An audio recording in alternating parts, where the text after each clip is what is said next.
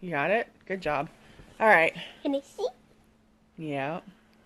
Hi, everybody. Hi, everybody. There's a 4-year-old holding the video camera. He said he wanted to do it. Hey, everyone. It's Angie from Brooke Homestead.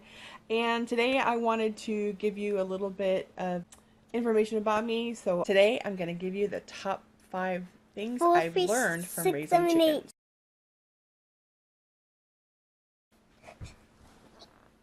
Hi, everybody. All right, so here's the 5 things I've learned from raising chickens.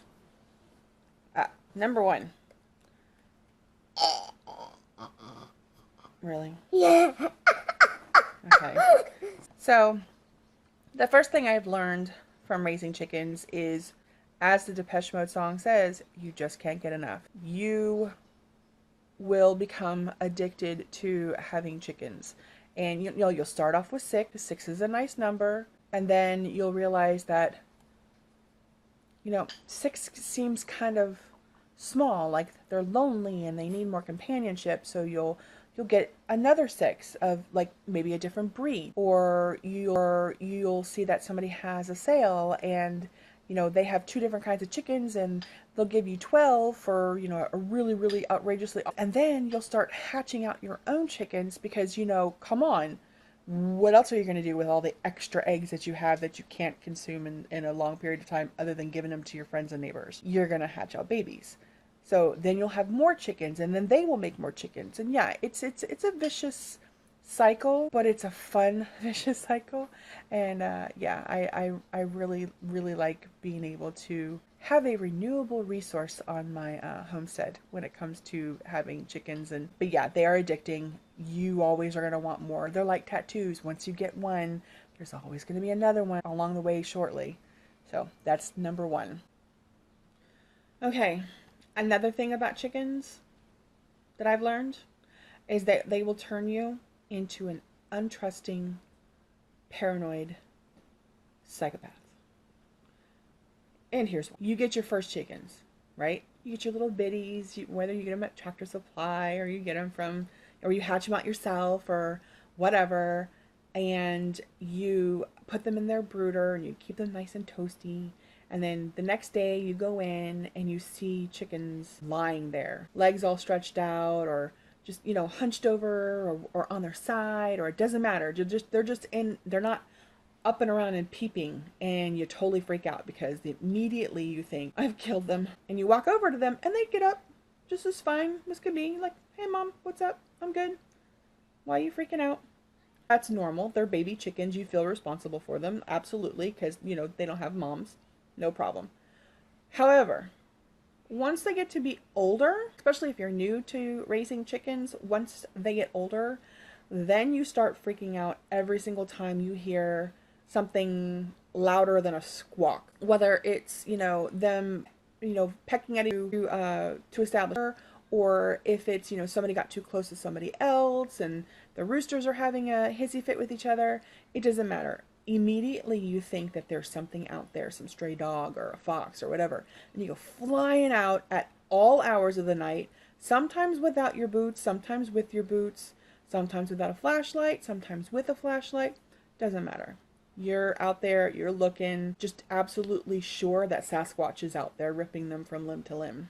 Okay, the number 3 thing that I've learned is chickens will instill in you a type of guilt you have not felt since the first time you left your kids at home or your dog at home, and you went out by yourself. The other day ago, I wrote a note to my children in the morning to open up the chicken coop because I'm reestablishing that is where they're supposed to be chilling and not on my front porch. They forgot to do it. And they didn't leave a note saying, hey, we got busy and we couldn't get to it before we went to school. So I just automatically assumed that the chickens were out and about, and they had been fed and whatever. My oldest son, who has the work program where he leaves partway through the day in order to go to work, he came home and he was like, Mom, the door to the chicken coop is still closed. Did you let them out? I'm like, no. I went out there to let them out, and I swear each and every single one of them was giving me the stink eye because I had forgotten to open the door and let them out. I'm almost 100% sure that they aren't giving you the stink eye and they're not judging you in any way, shape, or form. However, there's that one little percentage that just thinks that maybe because you did not open the door on time, they're going to plot your death. Okay, the number 4 thing that I have learned from raising chickens is they'll eat anything. Before I was able to get them back into their chicken coop, they were free ranging around the house. And yeah, if it was styrofoam, it was not safe. So any styrofoam cooler that I had like in storage under the carport, it's gone. There's holes in it. They're pecking at it. You can see where they had gotten to it. Yeah, it's terrible. I almost lost my entire crop of strawberries because they got a hold of those. I'm 99% sure that they have completely destroyed one of my roses that I just got last year. They are destructive. They have no qualms about, you know, coming up on your porch and just defecating right there. I love my chickens. I think they all have like this, you know, these cute, quirky little, you know, personalities or whatever. So number 4, they will eat anything and they will destroy everything. Oh, and then 5th thing I've learned from raising chickens is if there is any small weakness in the structure that you have created for them, for their home, their fence, their house, whatever, it doesn't matter.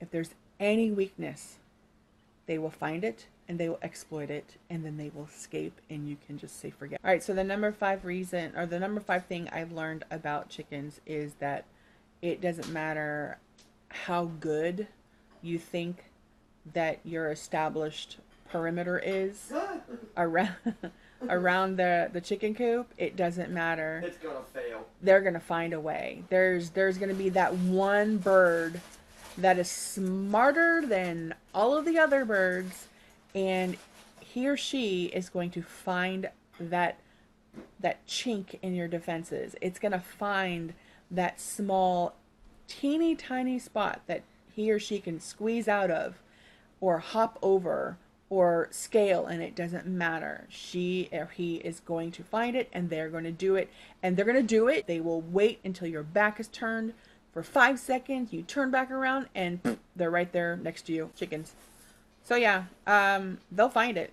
And it took us, what, 3.5, 4 days to figure out how he was getting out? Yeah, we had different ideas. Like every time he got out, we would look around the edge to see, you know, if there was somewhere that he was, you know, sliding up underneath, and we thought we found that place, so we fixed that area. And then we found, you know, 2 other spots, and we thought they fixed that. So the other day on Instagram, we had caught him and put my rooster back inside. I literally walked around the house. I walked around the front of the house and came back up the other side, and he was out. So we caught him, we put him back inside, and then I parked a chair like away from the chicken coop, so he, you know, if I didn't move, he wasn't, you know, he wasn't paying attention to me or anything like that. And I watched him do it. He was hopping over the gate area. So yeah, he has a new name. His name is Frank freaking Houdini. So we have Frank freaking Houdini. Now we do have 2 ladies that we cannot catch. They are under my porch. So we have 2 more chickens that are still loose, but these ladies have taken it upon themselves to build a little chicken commune underneath. So there are the 5 things that I've learned from raising chickens, and I would like to tag 2 channels in this. The first one is Jennifer at Haywire Homestead. The second one is Chris and Darlene at Homesteading the Hard Way. What are your 5 things that you've learned from raising chickens? All right, you guys, this is Angie at Brooke Homestead, and I hope you guys have a great weekend. Talk to you later. Bye.